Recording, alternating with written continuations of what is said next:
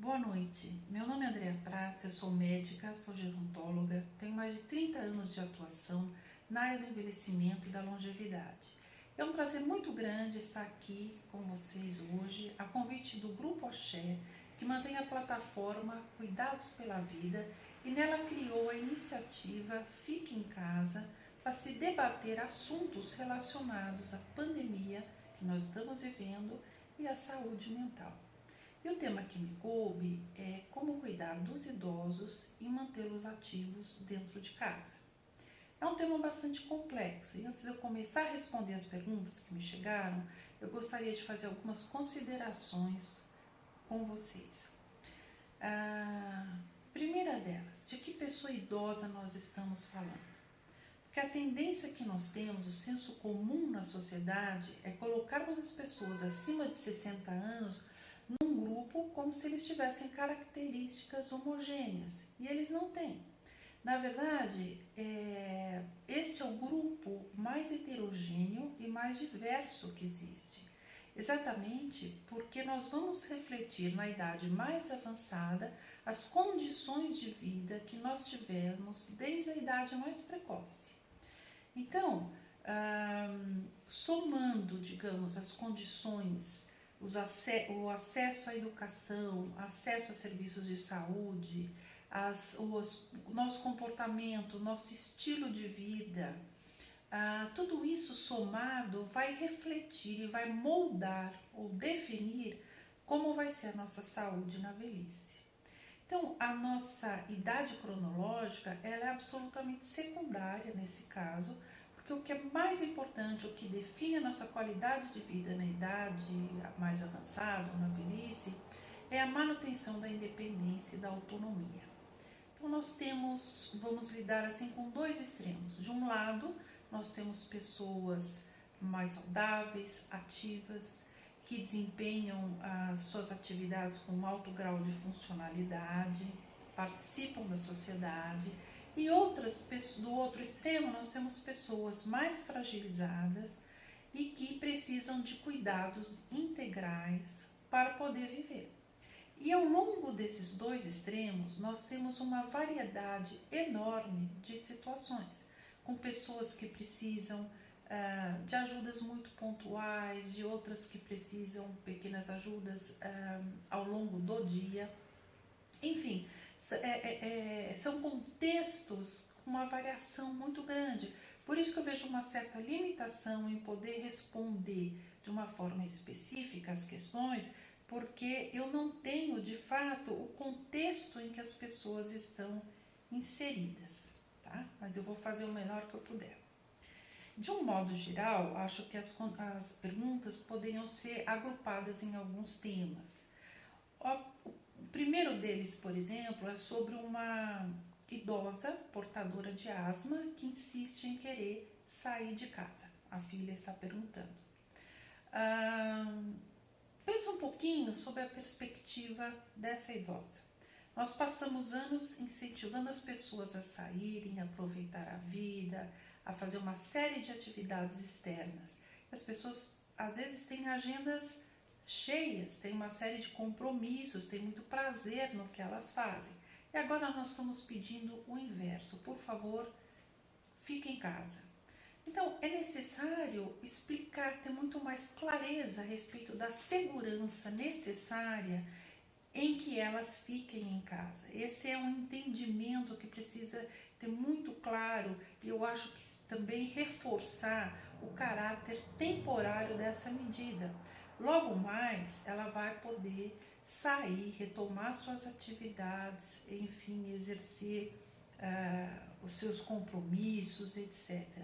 Mas, ainda mais uma pessoa portadora de um problema respiratório crônico, ela não tem condição de sair nesse momento. Então, o mais importante, até se restabelecer essa liberdade de ir e vir, o mais eficiente para se evitar a contaminação é realmente ficar em casa. Outra questão, também dentro dessa dinâmica na relação pais e filhos, é sobre como dosar o cuidado. Na verdade, a questão é como equilibrar o cuidado e não ser a pessoa que proíbe de fazer tudo, o que é muito chato. E nesse caso, eu devolveria responderia isso devolvendo uma pergunta. Como você gostaria de ser tratado ou de ser cuidado? Porque sempre há de se ter bom senso nessa relação. A superproteção e o cuidado excessivo, eles são muito nocivos, porque pressupõe que a pessoa não tem capacidade de cuidar de si mesma e também que ela não tem nem habilidades para isso, né? Então, às vezes, chega a ser ofensivo e pessoas que têm ou sempre tiveram muita autonomia, elas se sentem muito com a sua liberdade muito cerceada, né? Elas não podem exercer a autonomia delas. Então, para conversar, ter um entendimento a respeito disso, é importante exatamente conhecer, reconhecer as habilidades que ela tem para se cuidar, reforçar isso, fazer um acompanhamento um pouco mais distante, porque mesmo essa questão de proibir de fazer isso ou aquilo é uma dinâmica muito complexa, porque não era o que os pais faziam com os filhos, então agora são os filhos que fazem isso com os pais. Então, assim, à medida que você também super protege e você acaba fazendo as coisas, você inibe as pessoas de continuarem elas mesmas fazendo, né? Então, você acaba, às vezes, gerando uma dependência precoce sem necessidade. Então, um modo, assim, de resolver seria ter uma conversa franca, você ter uma conversa assim transparente que permita avaliar melhor os desejos, as necessidades, como que é o dia a dia, no que a pessoa realmente precisa de ajuda ou não. Acho que a pessoa idosa sempre precisa saber a quem recorrer, né? No mais, ela precisa ter a independência de vida que ela sempre teve. Ainda com relação aos excessos, chegou uma questão em que um filho ou uma filha está afirmando que o pai está com paranoia com relação à pandemia e acaba passando álcool gel pela casa toda. Então, eu diria que há pessoas que estão, sim, reagindo com medo, com pânico, com ansiedade, sobretudo que nós estamos sendo bombardeados de notícias e más notícias a maior parte do tempo. Isso não é um privilégio apenas das pessoas idosas, mas elas estão sendo muito foco dessas notícias também. Há uma certa falta de empatia e de respeito em se abordar os idosos, sempre os apontando como um grupo de risco. Então, é de se esperar que essas pessoas possam ter um medo ou uma ansiedade até maior por estarem inseridos nesse grupo, né? E de um modo geral, as informações têm sido contraditórias e a gente precisa muito escolher quem ouvir, quem são as fontes confiáveis de informação para evitar exatamente esse excesso. A gente precisa de informação para não ficarmos alienados, mas esse excesso, essa sobrecarga de informações, acho bastante prejudicial, que interfere muito na nossa saúde mental. Então, eu acho que o mais correto nesse caso é ter uma escuta muito cuidadosa, é entender quais são os medos, quais são os anseios, o que essa pessoa está pensando com relação a tudo que ela está vivendo e tudo que ela está ouvindo a respeito da pandemia também. Na verdade, é preciso esclarecer essa questão da contaminação com muita clareza, com muita transparência e tranquilidade. Lavar as mãos, ficar em casa são suficientes, são medidas suficientes para nós evitarmos a contaminação e desinfetar as coisas que vêm de fora. Mas acho que é interessante também, muito importante, observar as questões de rotina. Tirar um pouco o foco da questão só da pandemia e ver que rotina ele tinha antes, o que ele fazia, o que ele gostava de fazer.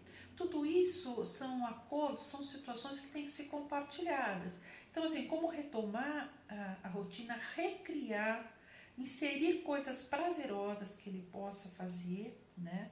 Porque quando a gente estabelece uma rotina, e nisso a gente pode ajudar as pessoas idosas a tentar refazer uma rotina nessa fase, é porque a rotina, como a gente recria a nossa vida, acaba dando segurança, né? Isso em todos, isso assim, em todas as idades, mas sobretudo nesta fase com as pessoas mais idosas.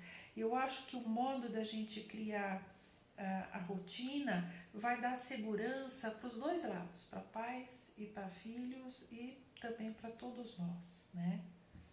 Tem uma outra questão aqui importante que o filho ou a filha relata que o pai, que já era deprimido, teve o seu quadro agravado com a pandemia. Também são situações em que eu não tenho muito mais informações de um contexto. Ele usava medicamentos, eu aconselharia a ter um acompanhamento mais de perto, que você conversasse também com um médico, entendesse melhor esse quadro, a situação que ele está vivendo, que sintomas, que agravo é esse, conversasse com o médico, revisse também a questão da rotina e se fazer mais presente nesse momento.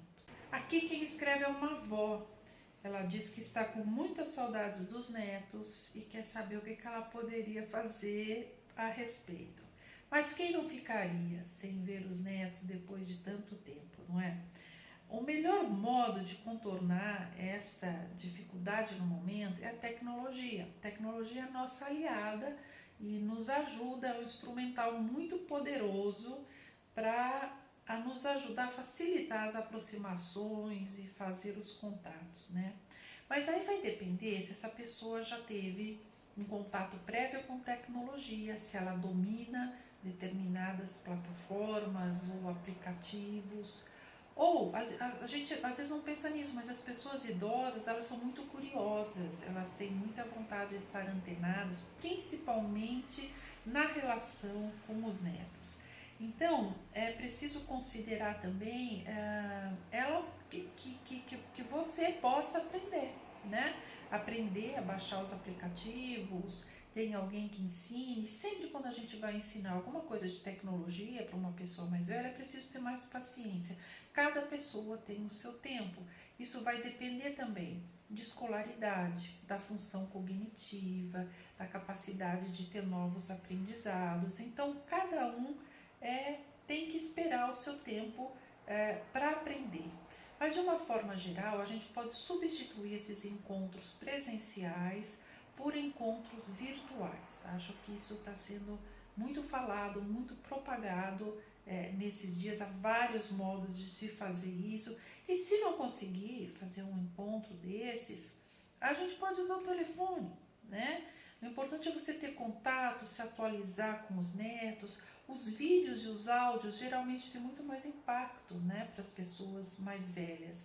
Mas uma simples ligação, se fazer presente, atualizar uns aos outros sobre a vida nesse momento, os familiares, é muito importante. E isso passa, né? Logo, logo os avós vão poder dar um abraço apertado nos netos e matar a saudade. Tudo passa.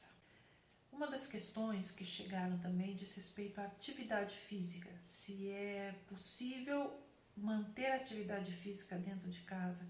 Eu diria que nem só é possível, como deve ser mantida. A atividade física é muito importante nesse período, para as pessoas realmente conservarem a mobilidade, para as pessoas poderem ter resistência, exercícios de resistência para não perder massa muscular, alongamentos. Não é preciso muita coisa nem muito espaço.